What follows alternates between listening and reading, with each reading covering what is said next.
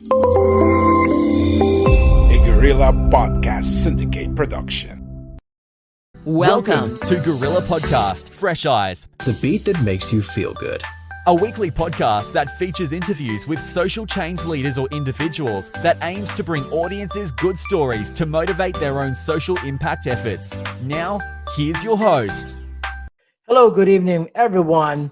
You are listening to Barcada Radio on 103.1 FM 5 EDI. You can also stream live, or you can see us online or listen online at 5ebi.com.au.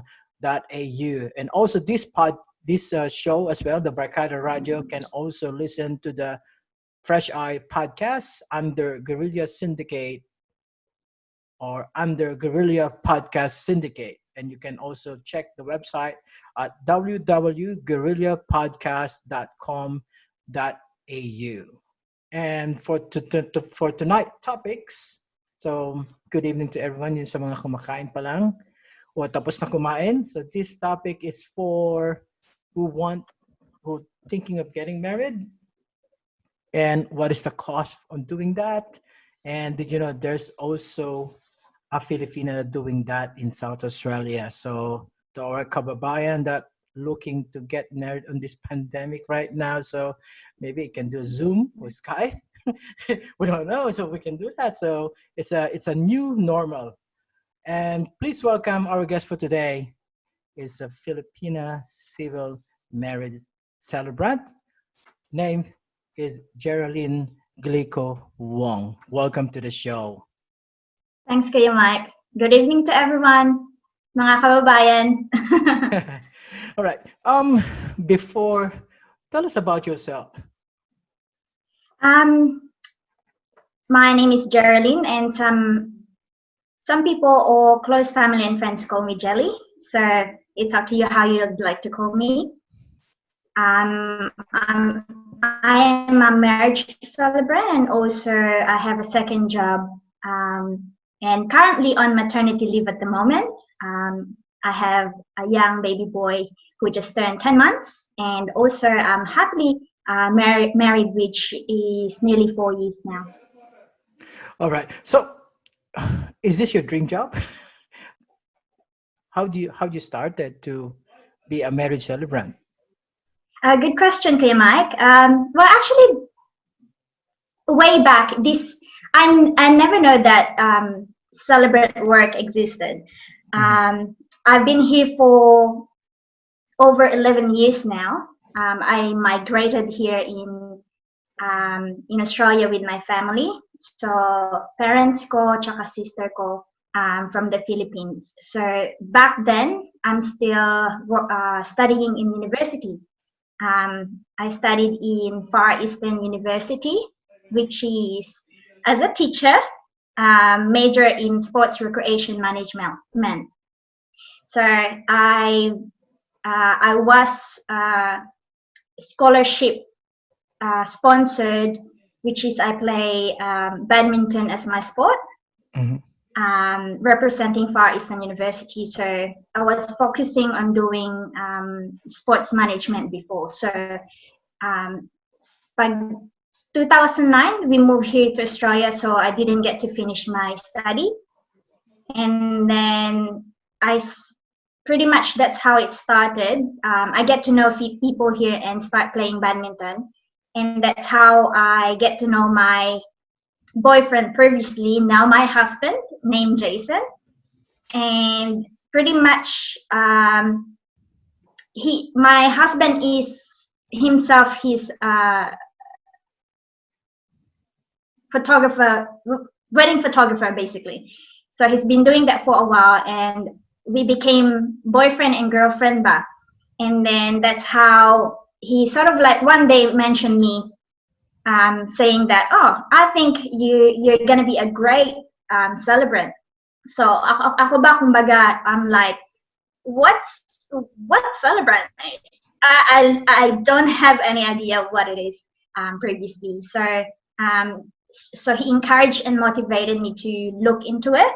So what I've done is I studied celebrancy and then I find it very interesting.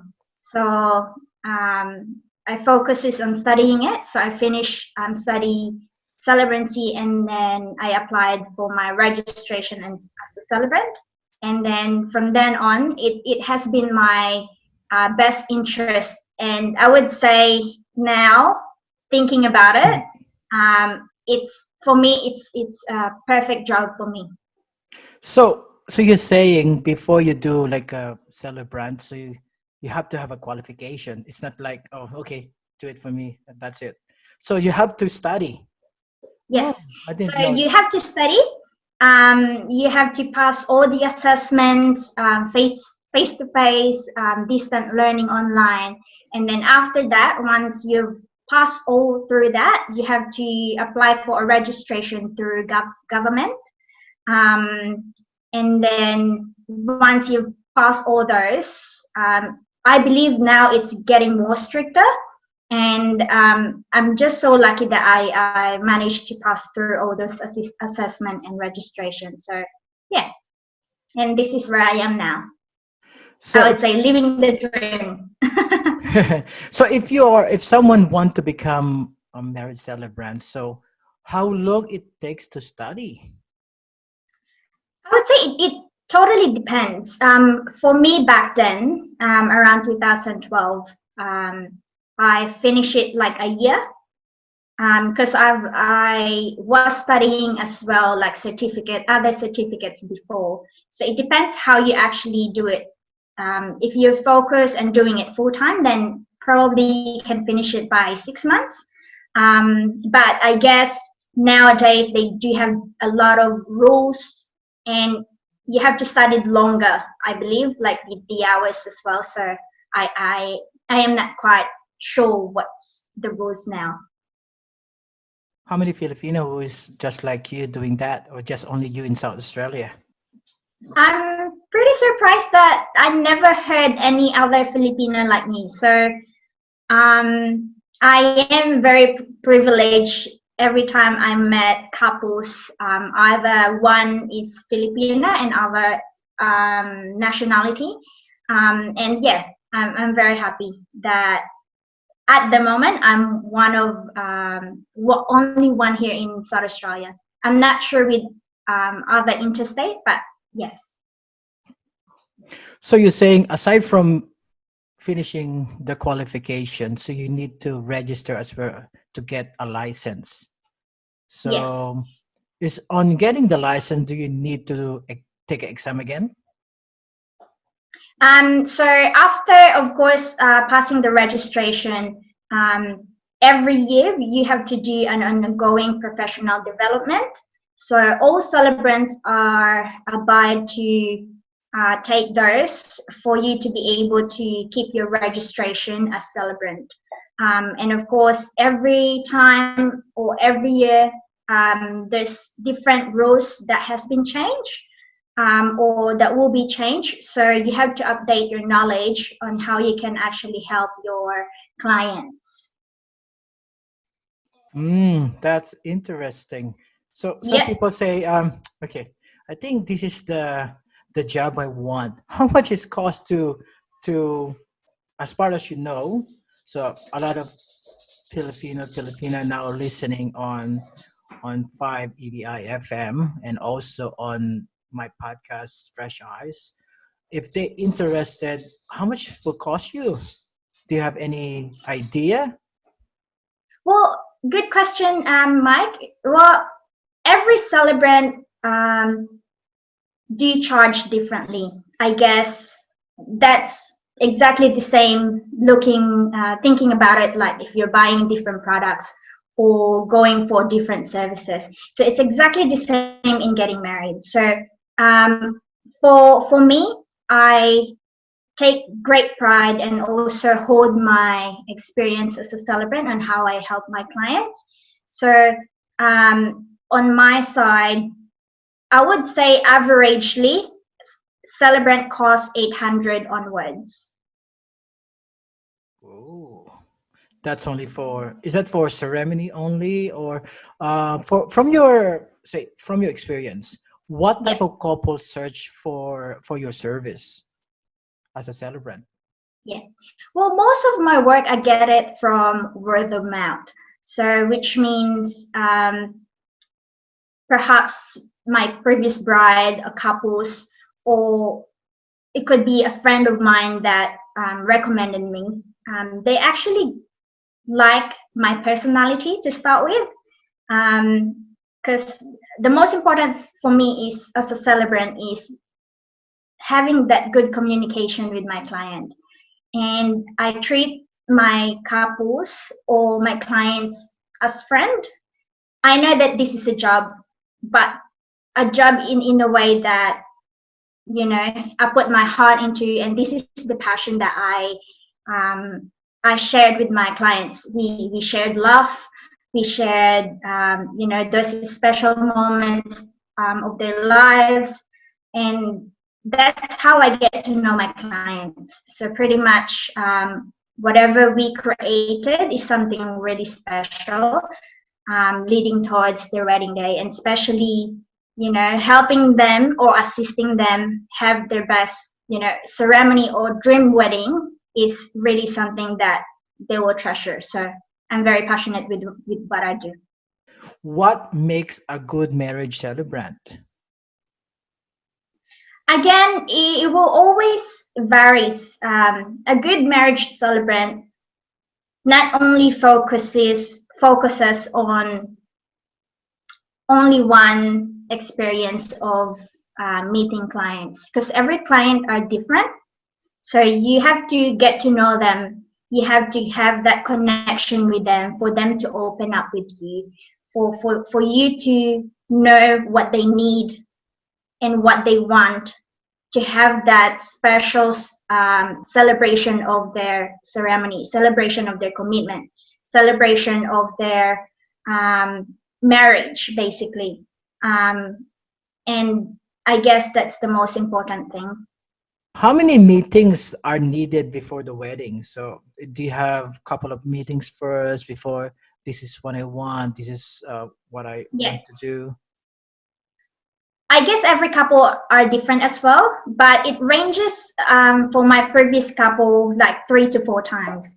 And that's more like the initial consultation, which is non-obligation chat. And also that will lead to the wedding rehearsal, and that includes on the day of the wedding day. And at the background, of course, we communicate once they decided to go ahead with me as their celebrant. We communicate throughout either email, video call, or text message, or any social medias that we can that's available. Okay. So, how many weddings have you performed now since you been? I lost count already. Well, as what you can see, there is 200 sign there. So I've done over 250 weddings. Oh, But that's a yeah, lot. everybody. So I started back in 2014, and I guess that's 6 years now. Looking back. That's a lot of wedding for 6 years. So, on your work, are you also assisting, like writing a vows for the couple? Yeah. Yeah. So pretty much not only meeting up the couple, not only performing the ceremony on the day of the wedding day, I do assist my couple writing their personal vows as well. So I provide them lots of suggestions on how they can make a special and memorable vows. And couples are different as well. So some bride or some groom, they choose to have a personal vows. Some, they just want literally a straightforward ceremony with only minimum legal wordings. But totally I understand it, and that's how I get to know my couple. I want to know what they really want to take away on their wedding day. So either they would like to include as well their families, their friends, or whoever, or they just want to focus on their commitment or their relation. So I help them in any way I can, basically. Oh, you're just like a wedding planner. I would say so. Because I was thinking if you are just because what on my thought, if you are a marriage celebrant, you just go on that day and then do the celebration or the ceremony. So there's a lot of happening at the background aside from that. Yes, yes, Mm. yes. Thank you for listening, because I know I have met, and I think this is my mentality before as well. When I have heard about Celebrant, I was like, oh, it's just 15 minutes of work on the day of the wedding day, which is not. We do a lot of assisting with our couples at the background. Um, Performing their actual ceremony on the day in front of their family and guests, it's just a bonus work. And it's a bonus celebration, I would say. The most special for me is actually helping them throughout, um, and to that wedding day, because that's how um, we create that bond, for us to get to know each other. And all those, late night chat, or messages or emails that we send back and forth, that's how we get to know each other as well. And then, yeah, so how we perform or whatever that we say on the day of the wedding day, it's more like our team effort. It's just, I would say, me as a celebrant, I am the tool that they use to have a dream wedding. So on your part of your service, do like ceremony rehearsal or like Yes. before the wedding? So yes. So that's I guess it depends on the couple as well. Some couples, they choose not to have, especially for those straightforward one. But I would say 95% of my couple, I do encourage them to have rehearsal. No matter how simple your wedding can be, I always encourage them to have a rehearsal. Why? Because, I'm not sure, for some, but before I got married, which is I experienced this before. I've done many weddings before, but on the day of my wedding day, before I walked down here, I was like, why I am so nervous, But it's a different feeling. Having a rehearsal makes, I help them calm themselves, and for me to let them know what they need to expect.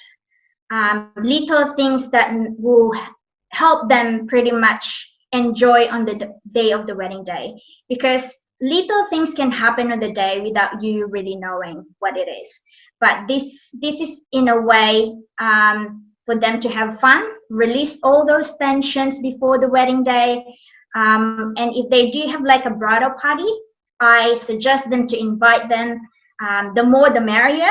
So some bridal party, they do make suggestions as well closer to the wedding day, which tends to help out the couple as well, which is, we're quite open with that one, because we want the best for the bride, or the groom or the couple.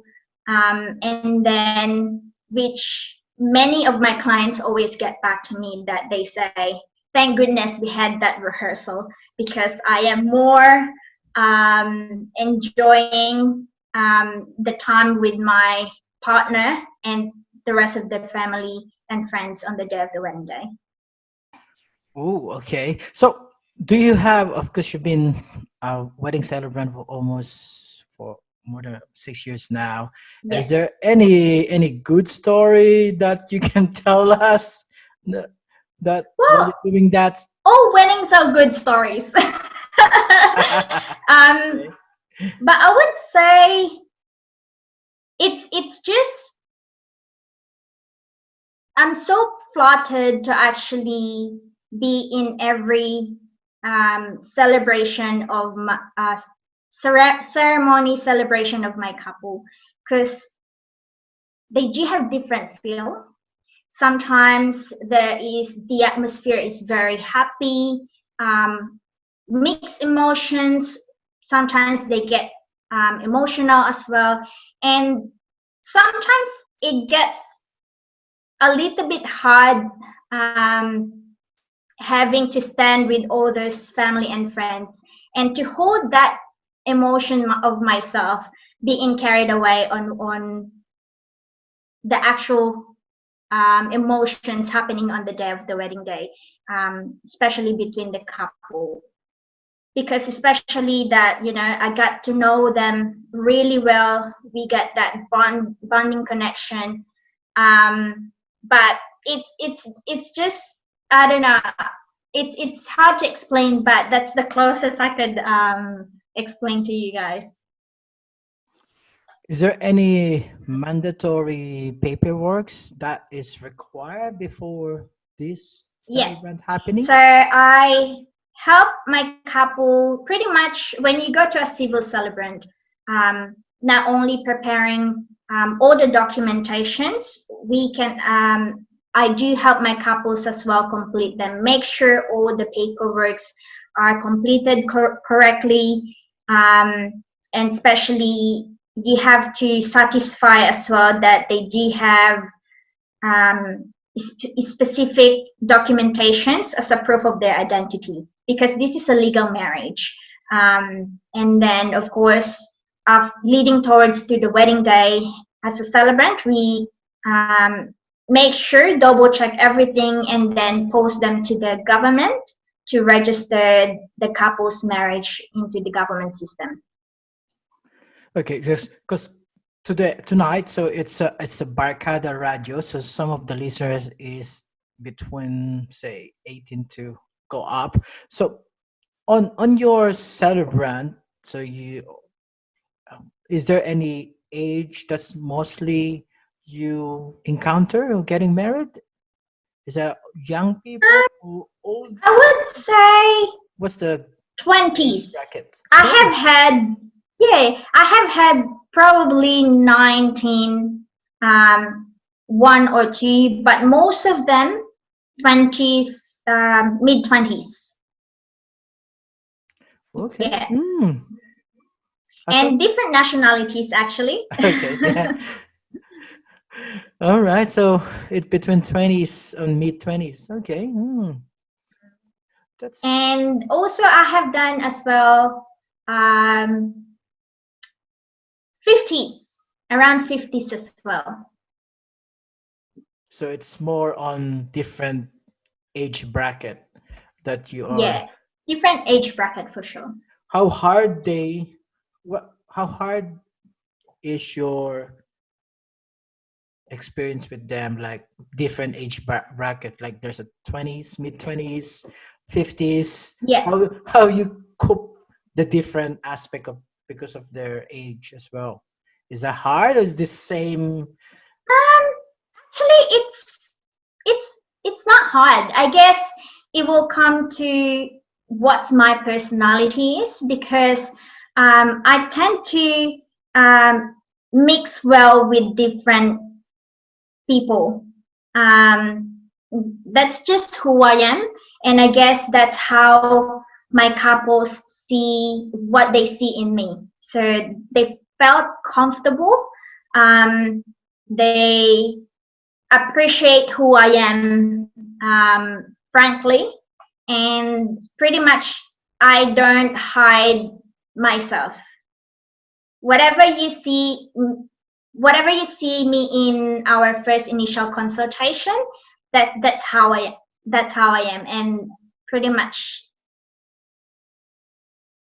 I am lucky as well in a way that all my couples are really nice.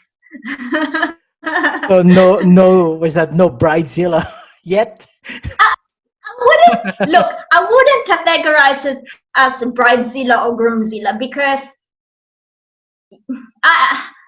everyone would know this. For those that have gone through like marriage, a wedding can be so stressful and it can be so daunting with all those planning.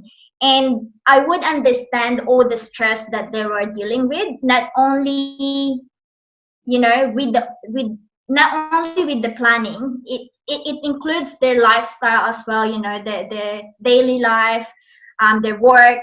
And that's why I would say I do have quite good understanding and patience as well. And I guess this is my passion, and what I like to do is to help and assist my couple the best way possible I can.